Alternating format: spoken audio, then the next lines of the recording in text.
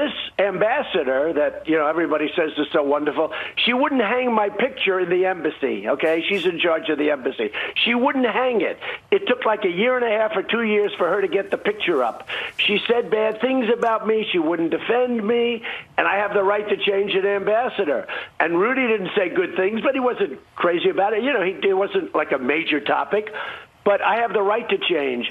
This was an Obama person.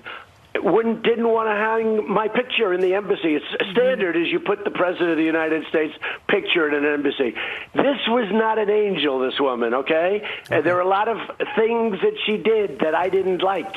And we will talk about that at some time. Okay. But I just want to let you know, this was not a baby that we're dealing with. Look at these people's faces. This is what it looks like when you're being forced to endure the nonsensical ravings of a man whose every word is the result of some errant synapse firing. And that's not to absolve Fox and Friends at all. It was them who helped create the Republican Party as it stands today, a party that puts on full display the utter moral bankruptcy that is American conservatism. And for what? Some young judges? For a tax cut? Is that really worth having to endure listening to this 73-year-old man who'd be better served yelling at his TV in a retirement home, call into a national news show to trash a lifelong, dedicated American official because she rightfully called him out on his criminal conduct? Is that what the Republican Party has come to, as we learn on a daily basis?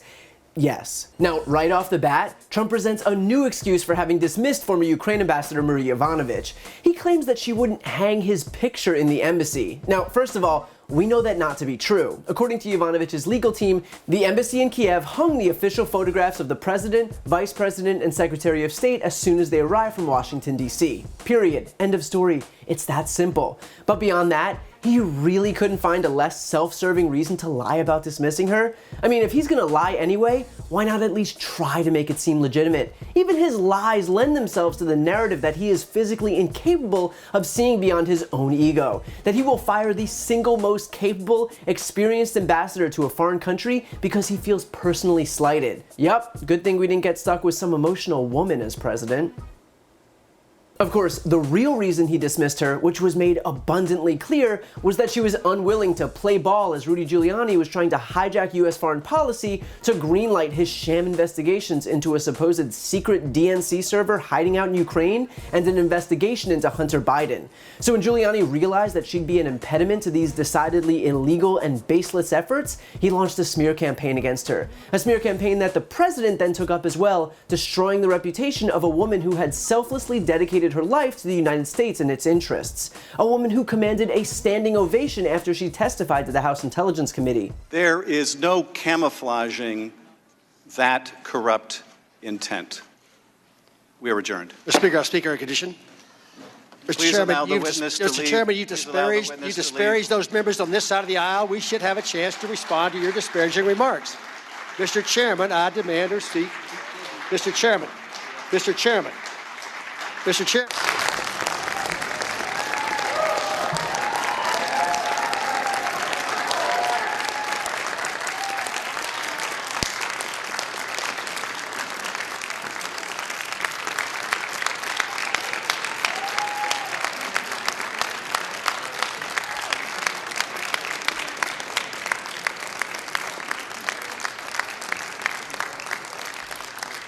A woman who then commanded another standing ovation as soon as she was seen in public at a DC jazz club. Thank you so much. We just love you guys. Thank you so much. Thank you so much. I'm so grateful.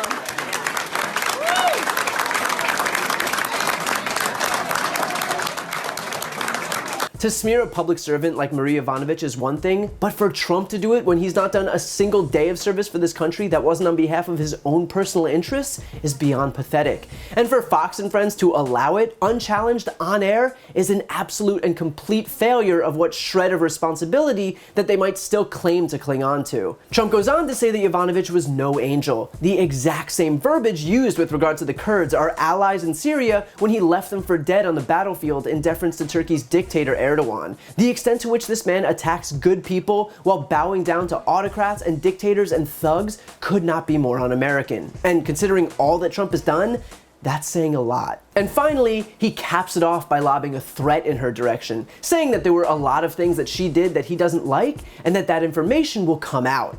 And if that sounds like he's trying to intimidate her, that's because he's trying to intimidate her. And this comes after he also attempted witness intimidation during her testimony to House investigators. Ambassador, you've shown the courage to come forward today and testify. Notwithstanding the fact you were urged by the White House or State Department not to, notwithstanding the fact that, as you testified earlier, the president implicitly threatened you in that call record, and now the president in real time is attacking you. What effect do you think that has on other witnesses' willingness to come forward and expose wrongdoing?